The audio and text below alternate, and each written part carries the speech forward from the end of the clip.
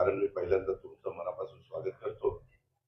आपल्याला सगळ्यांना माहिती आहे की बारामतीमध्ये 10 वर्षापासून एक प्रदर्शन कृषी क्षेत्रातलं भरवलं जातं. सुरुवात केली त्यावेळेसची गोष्ट वेगळी होती. नंतर त्याच्यामध्ये आमूलाग्र बदल होत गेले. कृषी क्षेत्रामध्ये खूप मोठ्या प्रमाणावर वेगवेगळ्या रिसर्च व्हायला लागले. आणि रिसर्च होऊन कमी पाणी, मायक्रो स्प्रिंकलर, त्याच्यामध्ये स्प्रिंकलर, ड्रीप वगैरे वगैरे अशा बऱ्याच गोष्टी त्याच्यामध्ये आल्या. आणि प्रत्येक जण हॅलो डॉक्टर विलास खर्चेजी, तसंच आमचे चेअरमन आपल्या ऍग्रिकल्चर डेव्हलपमेंट ट्रस्टचे राजेंद्र पवारजी, ते निलेश नलवडेजी, प्रिन्सिपल डॉक्टर निलेश नलवडेजी आणि सर्व पत्रकार बंधू भगिनी, आज तुम्हाला सगळ्यांना इथं प्रेस कॉन्फरन्सच्या निमित्तानं निमंत्रित करण्याचं मागचं कारण मी पहिल्यांदा तुमचं मनापासून स्वागत करतो. आपल्याला सगळ्यांना माहिती आहे की बारामतीमध्ये 10 वर्षापासून एक प्रदर्शन कृषी क्षेत्रातलं भरवलं जातं. सुरुवात केली त्यावेळेसची गोष्ट वेगळी होती. नंतर त्याच्यामध्ये आमूलाग्र बदल होत गेले. कृषी क्षेत्रामध्ये खूप मोठ्या प्रमाणावर वेगवेगळ्या रिसर्च व्हायला लागले. आणि रिसर्च होऊन कमी पाणी, मायक्रो स्प्रिंकलर, त्याच्यामध्ये स्प्रिंकलर, ड्रीप वगैरे वगैरे अशा बऱ्याच गोष्टी त्याच्यामध्ये आल्या. आणि प्रत्येक जण प्रत्येक देश त्याच्यामध्ये रिसर्च करत होता. आमचे विद्यार्थी रिसर्च करत होते, अनेक सायंटिस्ट त्याच्यामध्ये रिसर्च करत होते.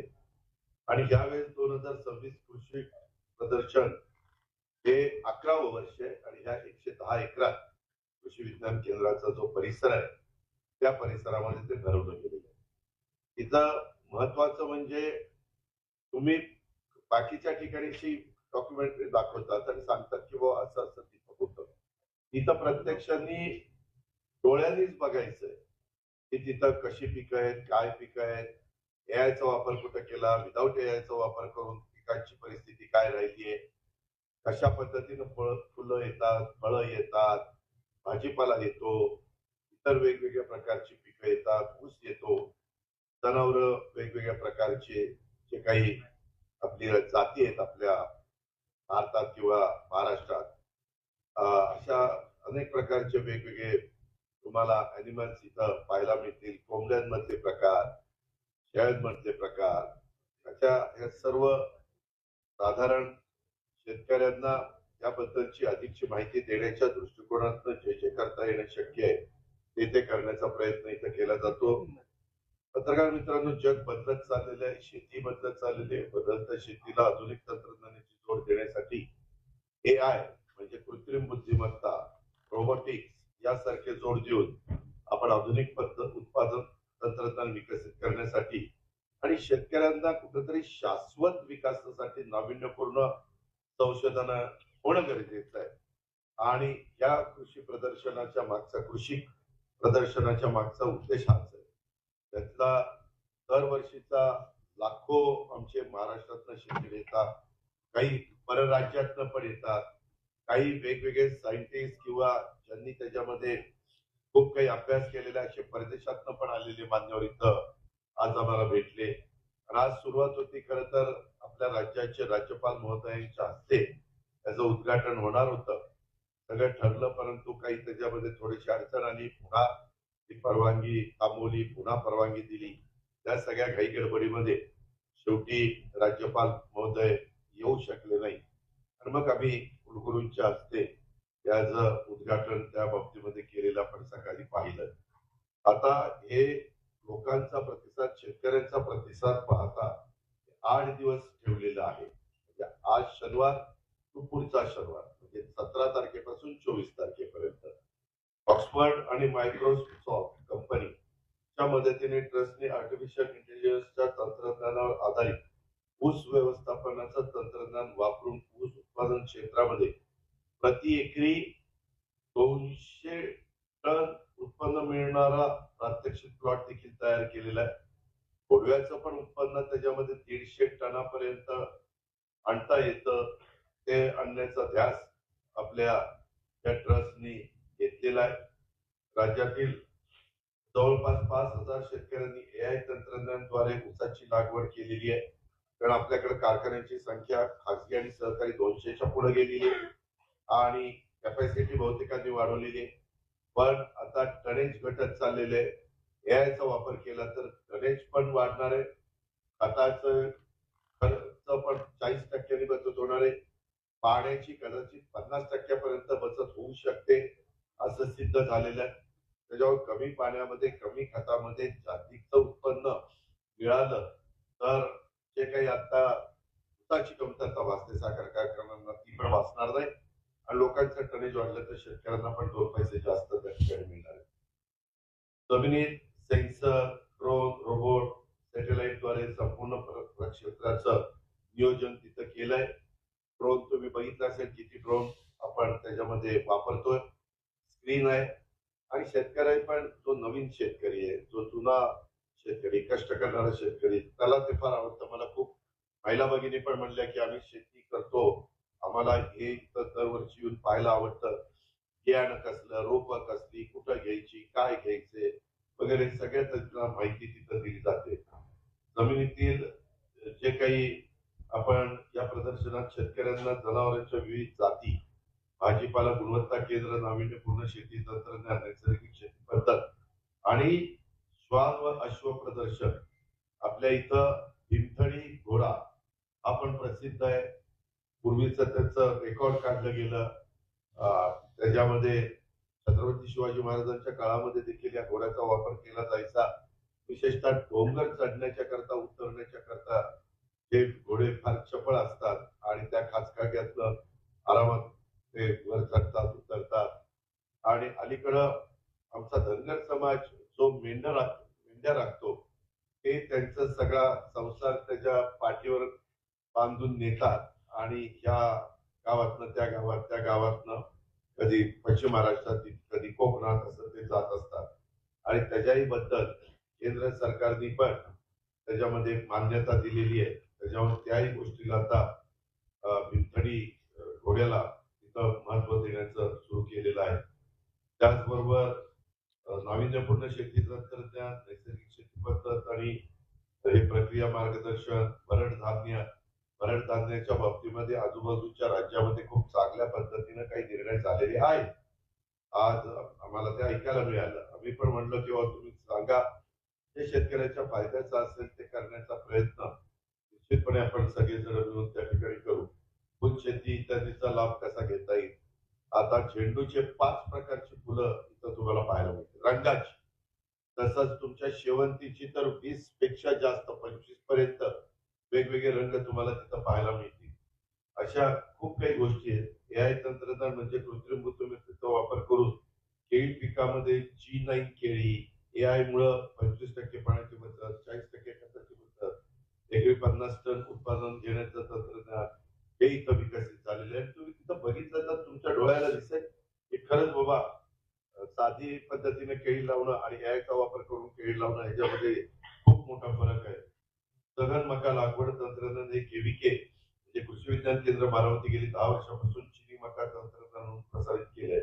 आता या तंत्रज्ञानाचा वापर अचूक पाणी आणि खत व्यवस्थापन करून एकरी 70 ते 80 क्विंटल प्रति एकरी मक्याचं उत्पादन घेता येतं. हा कुणाला विश्वास बसणार नाही, परंतु ही फॅक्ट आहे.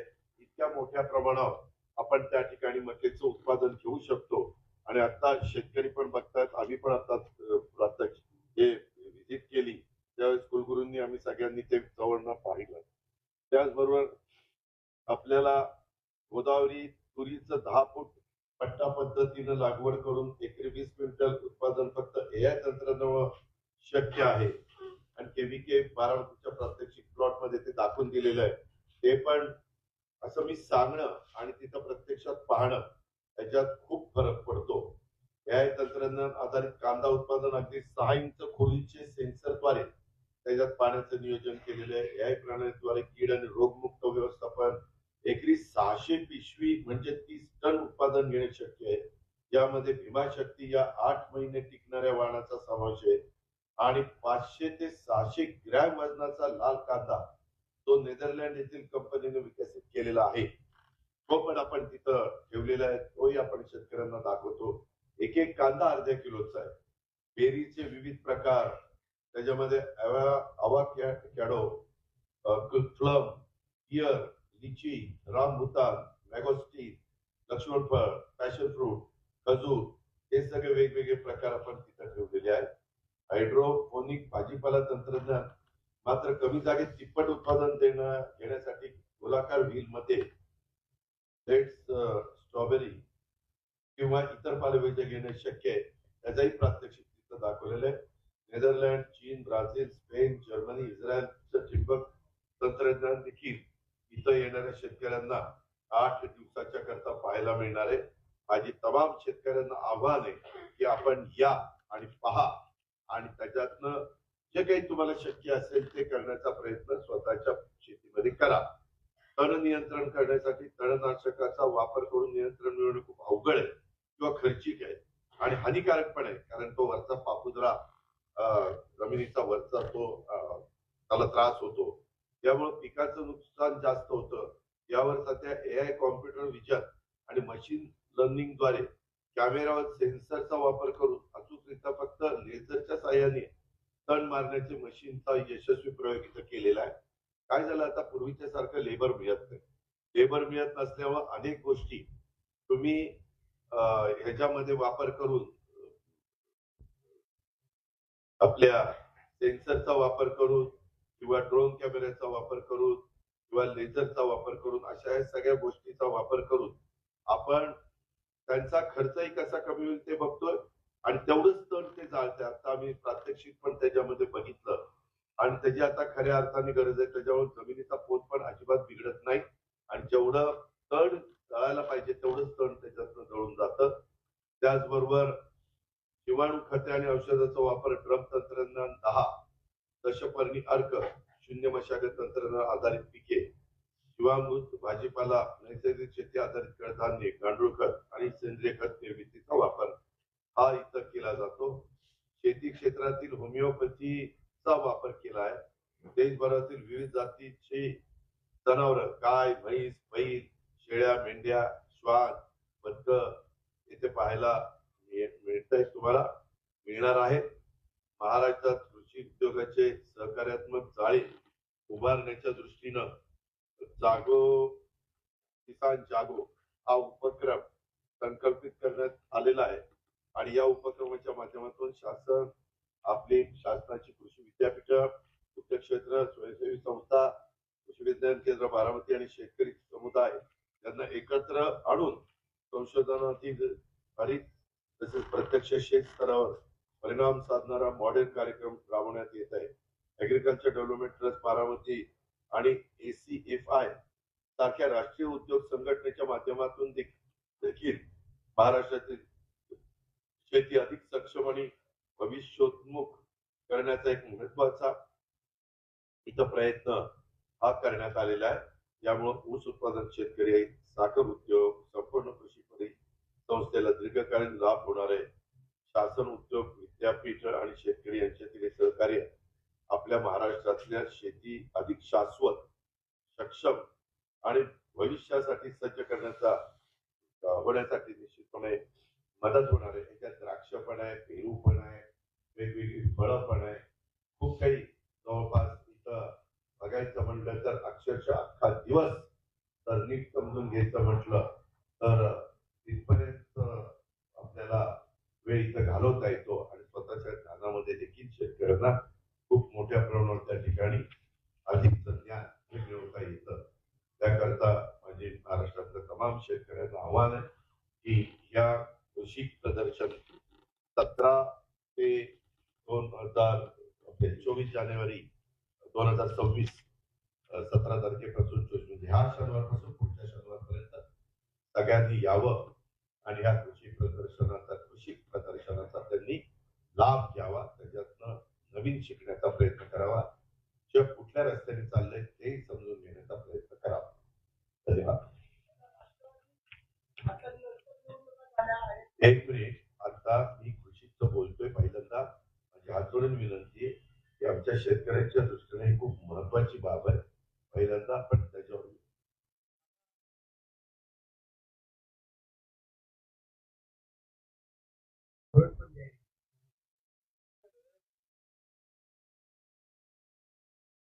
राज्य शासनाचं आम्ही कुठलीही पिकं, आम्ही फक्त ऊसाचं पीक म्हणत नाही, ऊस असेल, कापूस असेल, सोयाबीन असेल, फळबागा असतील, जी पिकं आपल्या महाराष्ट्रातले जे 5 रिजन आहेत, त्या 5 रिजनची तिथली भौगोलिक परिस्थिती बघता घेतली जातात, त्या पिकांना या एआयचा वापर करण्याच्या बद्दलची आपण मान्यता दिलेली आहे.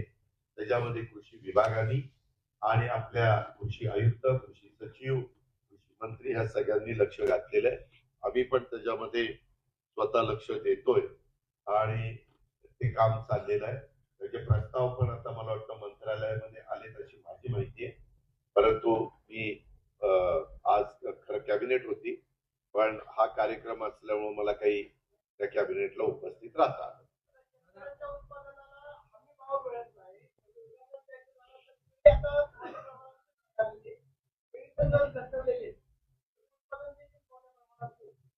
यामध्ये जर तुम्ही क्वालिटी दिली, डिमांड आणि सप्लाय ह्या दोन गोष्टी बघायच्या असतात. जगात कुठली मागणी आहे, देशात कुठली आहे, राज्यात कुठली आहे, काय. आता कांद्याच्या बाबतीत कांद्याचे भाव पडले की शेतकरी इतके आवाज दिलवायचे की आंदोलन व्हायची, शेतकरी त्रासून जायचा. आता कांद्याची साठवणच जर 6 महिने, 7 महिने, 8 महिने, 9 महिने व्हायला लागली, तर तो शेतकरी त्याला पाहिजे तेव्हा कांदा मार्केटमध्ये आणू शकेल. कांद्याचे भाव पडले तर तो कांदा तो साठवणूक करून त्या ठिकाणी ठेवू शकेल. अशा बऱ्याच गोष्टी आता बदलत चाललेल्या आहेत आणि ग्राहकाला आता असं पाहिजे, तुम्ही औषध फवारण्या वगैरे हे मारून जे भाजीपाला, तुमचे फळ वगैरे तयार करता, त्याच्याऐवजी तुम्ही पेस्ट कंट्रोल ते न वापरता, पेस्टिसाइड ते न वापरता तुम्ही त्याच्यामध्ये सेंद्रिय शेती करून त्याचा वापर करून ती आपण हे तयार केली पाहिजे. भाजीपाला, फळं, इथे टोमॅटो वगैरे, इथे ढोबळी मिरची, मिरचीचे वेगवेगळे प्रकार आहेत, टोमॅटोचे वेगवेगळे प्रकार, हे जे काही इथं दाखवण्यात आलेलं आहे किंवा ठेवलेलं आहे, त्याच्यामध्ये एक एवढं देखील औषध वापरलं जात नाही. त्याच्यामुळे आरोग्याला कुणालाही कसलाही प्रकारचा धोका नाही. अलीकडं सारखे वेगवेगळ्या ठिकाणी इतकी औषधं वापरतात की ते लोकांनाही ते आजार उद्भवण्याचं प्रमाण वाढलेलं आहे. ते होऊ नये म्हणूनच हे सगळे खटाटोप आपण करतोय, त्याच्याकरता सगळी यंत्रणा काम करते. केंद्राच्या वतीने एआय मध्ये शेतीला आता शेतकऱ्यांना मदत होते, परंतु आता कृषीच्या थ्रू केळी असेल, कांदा असेल, असे अनेक नेते एआय वरती घेण्यास सुरुवात झालेली आहे. त्याचा राज्य त्याच्यात राज्य सरकारने सगळ्याच पिकाचा विचार केलेला आहे. यंदाच वर्ष पहिलं होतं. आता नवीन अर्थसंकल्पामध्ये आम्ही अधिक तरतूद त्याच्यामध्ये करू आणि त्यावेळेस लोकांना त्याच्याबद्दलची खात्री नव्हती. त्याच्यावर जेवढा प्रतिसाद मिळायला पाहिजे होता तेवढा मिळाला नाही. मला वाटतं वसंतदादा शुगर इन्स्टिट्यूटने पण खूप त्याच्यामध्ये इन्सेंटिव्ह देण्याचा प्रयत्न केला. अशा खूप चांगल्या चांगल्या गोष्टी झाल्या. परंतु लोक काय बघतात, एवढा खर्च आपण केला, उद्या नाही झालं उत्पन्न तर जबाबदार कोण, म्हणून तर आपण हे त्यांना दाखवण्याचा प्रयत्न करतो. आमच्या इथं काही हजार शेतकऱ्यांनी काही हजार एकरावर हे केलेलं आहे आणि ते सक्सेस झालं.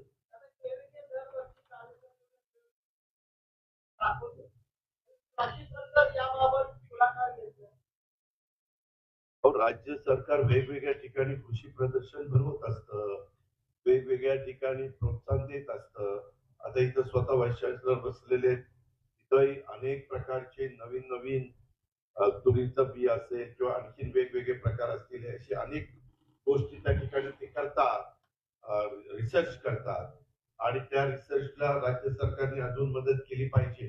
अशा पद्धतीने हे सगळे प्रमुख लोक आहेत, त्यांची मागणी आहे. त्याच्यामुळं करत नाहीत असं नाही, त्यामध्ये करतातच आणि राज्य सरकार त्याला तरतूद पण करत. आता सध्या जे एआय तंत्रज्ञान वापरलं जातं त्याचे जे किंवा बाकीचे जास्त आहे मोठ्या प्रमाणात, त्याच्या परिस्थितीमध्ये न परवडणार राज्य शासन म्हणून राज्य सरकार अशा वेळेस पहिल्यांदा सबसिडी देतं आणि म्हणूनच आपण तो कार्यक्रम आणलेला आहे. आपण त्याच्यामध्ये मोठ्या प्रमाणात सबसिडी देण्याचा प्रयत्न करतो. कारण ज्यावेळेस ठिबक आलं त्यावेळेस शेतकऱ्यांनी करावं म्हणून केंद्राने पण त्याला सबसिडी दिली, राज्याने पण सबसिडी दिली. आपण वेगवेगळ्या प्रकारचे ट्रॅक्टर्स किंवा अशा प्रकारची अवजारं आली तर त्यालाही राज्य सरकार सबसिडी देतं आणि सबसिडी देऊन ते कसं आपल्या शेतकऱ्याला परवडेल अशा प्रकारचा प्रयत्न करतं. तुम्हाला ग्रीन हाऊस करायचं असेल तरी त्याच्यामध्ये सबसिडी आहे. तुम्हाला जर शेतकऱ्याला कागद वापरायचा असेल तर त्यालाही आपण सबसिडी त्या ठिकाणी देतो.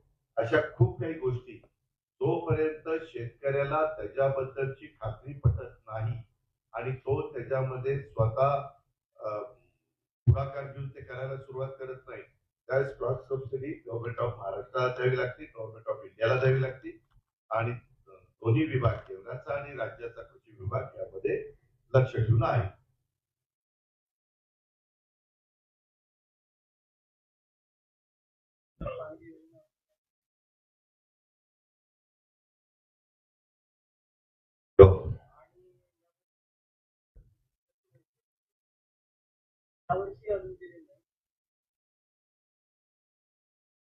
याबद्दल ज्यावेळेस आम्ही जाहीर केल्यानंतर बाकीच्या काही गोष्टी आम्ही शेतकऱ्यांच्या करता मोठ्या प्रमाणावर केल्या.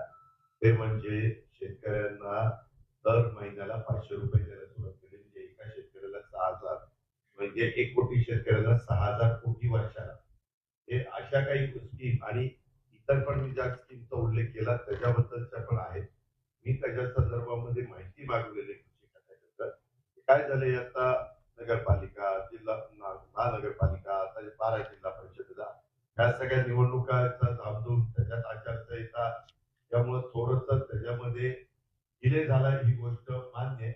परंतु ते आम्ही ठरवलेलं आहे ते शेतकऱ्याचं उत्पन्न वाढवण्याच्या करता पर कॅपिटल उत्पन्न आणि जीडीपी वाढवायला ही खूप मदत करणारा क्षेत्र आहे. आपण कोरोनाच्या काळामध्ये बघितलं तसंच आमचा सगळ्यांचा मानस आहे, तसंच आमचा सगळ्यांचा प्रयत्न. अशी कुठली बैठक झाली नाही. तुम्ही ना खरंच मी आता काय सांगतो गोष्टीचं सांगतोय की नाही. आता ह्या सगळ्या गोष्टी आहेत. आता तुम्ही जो प्रश्न विचारलेला आहे मी आज कृषी 2026 ओपनिंग होतं. आमचे गुरुगुरु तिथं येणार होते. मी इथला लोकप्रतिनिधी आहे त्याच्यामुळे मी पण इथं आलो होतो आणि मला सांगण्यात आलं की बाबा साहेब आलेले तिथनंच आपण एकत्र जाऊ म्हणून मी पवार साहेबांच्या घरी तिथे गेलेलो होतो आणि तिथून आम्ही एकत्रपणे त्या कृषी प्रदर्शनाला गेलो. अर्थात आम्ही उद्घाटन गुरुगुरूंनी केलं आणि मला पण शेतीची आवड आहे. अनेक पत्रकारांना माहिती आहे त्याच्यामुळे मी पण मला जेवढी माहिती घ्यायची होती तेवढी घेण्याचा त्या ठिकाणी प्रयत्न केला. त्याच्या संदर्भामध्ये त्यांनी काय सांगितलं ते काय मी ऐकलं नाही. मी त्याच्याबद्दलची माहिती घेईन आणि मग त्याबद्दलचं बोलेन. एक आहे हे आताच्या काळामध्ये प्रत्येक ठिकाणी स्थानिक लेवलला आम्ही तो अधिकार देतो. तुम्ही तिथं जिल्हा लेवलला काय करायचं काय नाही करा. आता तरी आम्ही सगळे महायुतीमध्ये काम करतोय. महायुती केंद्रामध्ये पण एनडीएचं सरकार आहे, राज्यामध्ये पण महायुती आहे. त्या पद्धतीने आमचं काम तिथं चाललेलं आहे.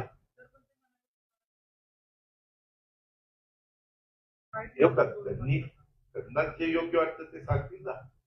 त्याच्याबद्दल इथली या संदर्भात आपल्याला माहिती नाही. आपल्याला इंटरेस्ट शेतीपेक्षा ह्याच्यातच जास्त दिसतो. त्यामध्ये आतापर्यंत जेवढ्या काही निवडणुका झाल्या मागे आघाडीच्या काळात पण तर असले स्थानिक स्वराज्य संस्थांच्या निवडणुकीच्या संदर्भामध्ये स्थानिकांना ते अधिकार दिले जातात आणि स्थानिक लोक त्याच्याबद्दलचा निर्णय घेतात.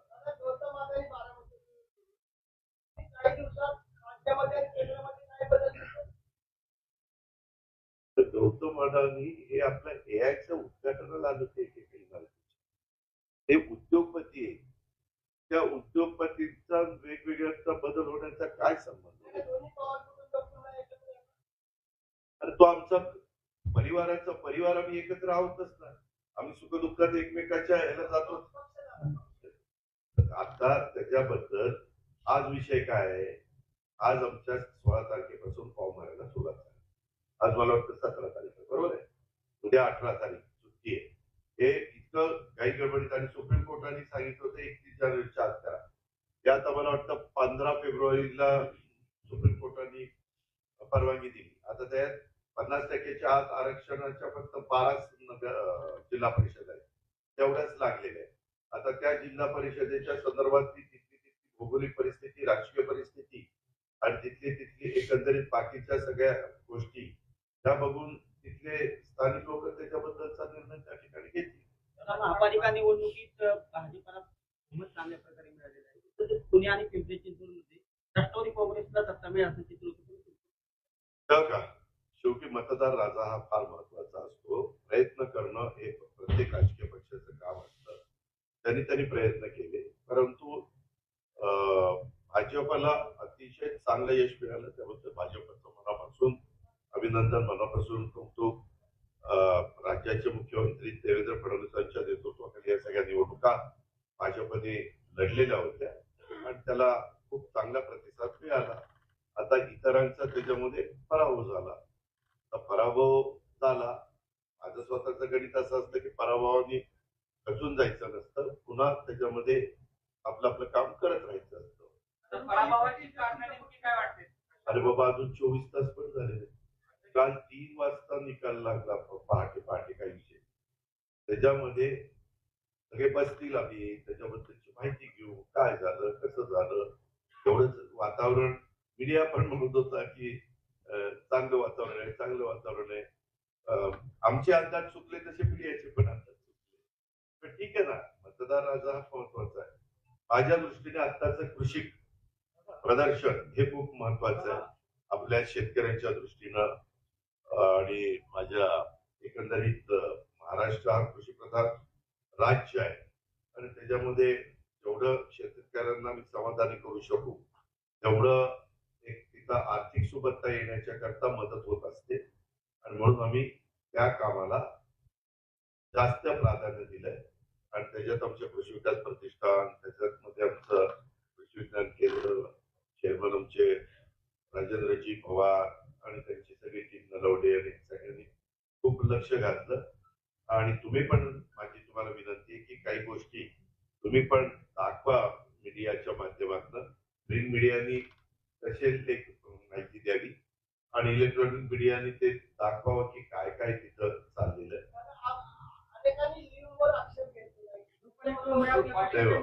त्यामध्ये मला त्याबद्दल काही बोलायचं नाही. माझा त्याच्याबद्दल काही आता मी काही बोलू इच्छित नाही.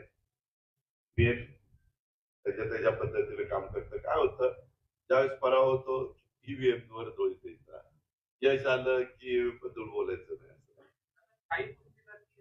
अरे जाऊ दे ना, शाही पुत्री जाते. ठीक आहे रे बाबा, एखादी इंडिव्हिज्युअल एखादी उमेदवार बोलत असतील म्हणजे आता 29 ठिकाणच्या निवडणुका, इतके हजारो लोक उभे, त्याच्यात एखाद्या व्यक्तीला जे वाटलं, लोकशाही आहे, संविधानाने घटनेने अधिकार दिलेला आहे प्रत्येकाला आपलं मत मांडण्याचा. ठीक आहे, धन्यवाद.